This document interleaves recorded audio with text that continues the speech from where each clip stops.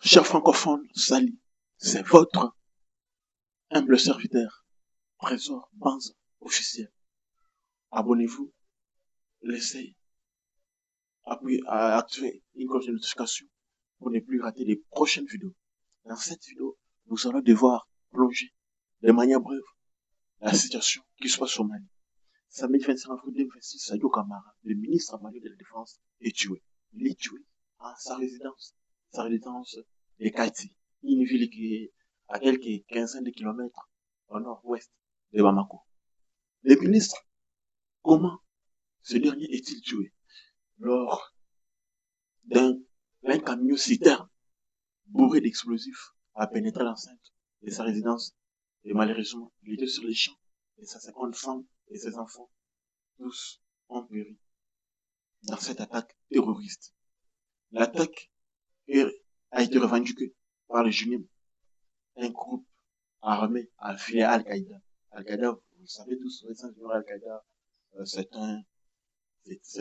une organisation internationale terroriste, en fait. Eh bien, pour votre information, les ministres maliens, les présidents maliens et les chefs du comité, qui est autre que monsieur. Et il était sur le champ. Il a été exfiltré. Il a été exfiltré dans un endroit sûr, dans un endroit sécurisé. L'information et des sources sécuritaires concordantes qui nous ont confirmé la nouvelle. Et pour votre information, il faut comprendre que Assimi Goïta est venu au pouvoir à l'occasion ou grâce à un coup d'État qui a été effectué en 2020 contre le président légitimement élu, Ibrahim Boubacar Keïta. Ibrahim Boubacar Keïta et son gouvernement alors ont été arrêtés. Lui et son premier ministre, y compris tous les dignitaires du pouvoir, avaient été arrêtés. Et l'arrestation a dégénéré.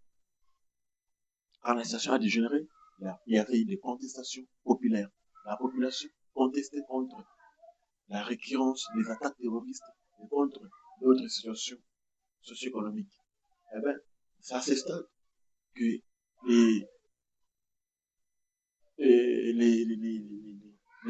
putschistes ont profité de la dégénération de la situation pour pouvoir orchestrer un coup d'État. Le coup d'État a bel et bien eu lieu et il a été couronné de succès. Mais aujourd'hui, les Mali n'ont toujours pas retrouvé la stabilité et qui sont derrière, qui soutiennent les groupes armés